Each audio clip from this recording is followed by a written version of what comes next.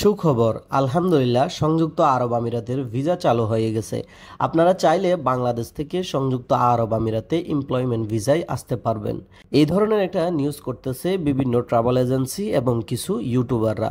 আসলে নিউজটা কতটুকু সত্য, কতটুকুই বা ভিসা চালু হয়েছে আপনাদের দেখানোর চেষ্টা করব। দীর্ঘদিন ধরে বাংলাদেশ থেকে আরব আমিরাতে আসার সব ধরনের ভিসা বন্ধ। ডক্টর ইউনূস ক্ষমতায় আসার পর থেকে আমিরাত প্রবাসীদের বিভিন্ন ধরনের আশ্বাস দিয়ে যাচ্ছেন।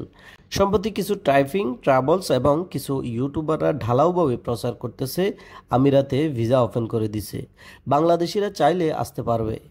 এই নিউজের সত্যতা যাচাইয়ের জন্য আমরা কথা বলবো ফখরুল আবদিন টাইপিং সেন্টারের অনার জনাব ফখরুল আবদিনের সাথে।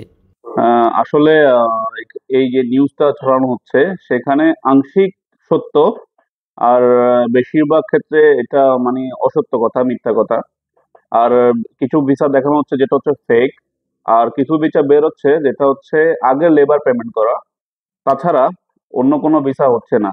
আমাদেরও ভিসা সাবমিশন করা আছে, যেটা এখনো পর্যন্ত পেন্ডিং এ প্রায় 1 সপ্তাহ 10 দিন হচ্ছে, যে কোনো আপডেট নাই।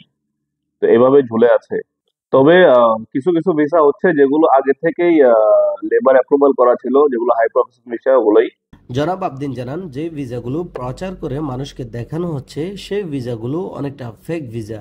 তবে কিছু ভিসা হচ্ছে যেগুলো আগের লেবার অ্যাপ্রুভাল করা আছে। কোনো অথেন্টিক নিউজ ছাড়া কোনো টাকা পয়সা লেনদেন করবেন না, আশা করি। আশা করি ভিসা খুলে যাবে খুব তাড়াতাড়ি, খুব শীঘ্রই। তো একটু ধৈর্য ধরুন, অনেকদিন ধৈর্য ধরেছেন, দেশে ছিলেন, একটু ধৈর্য ধরুন, কোনো লেনদেন করবেন না, লেনদেন করার পর আপনি পস্তাতে হবে। অথেন্টিক কোনো নিউজ না পাওয়া পর্যন্ত লেনদেন থেকে বিরত থাকার আহ্বান জানান জনাব আবেদিন। তহিদুল ইসলাম সোহাগ, আরব বাংলা নিউজ, সংযুক্ত আরব আমিরাত।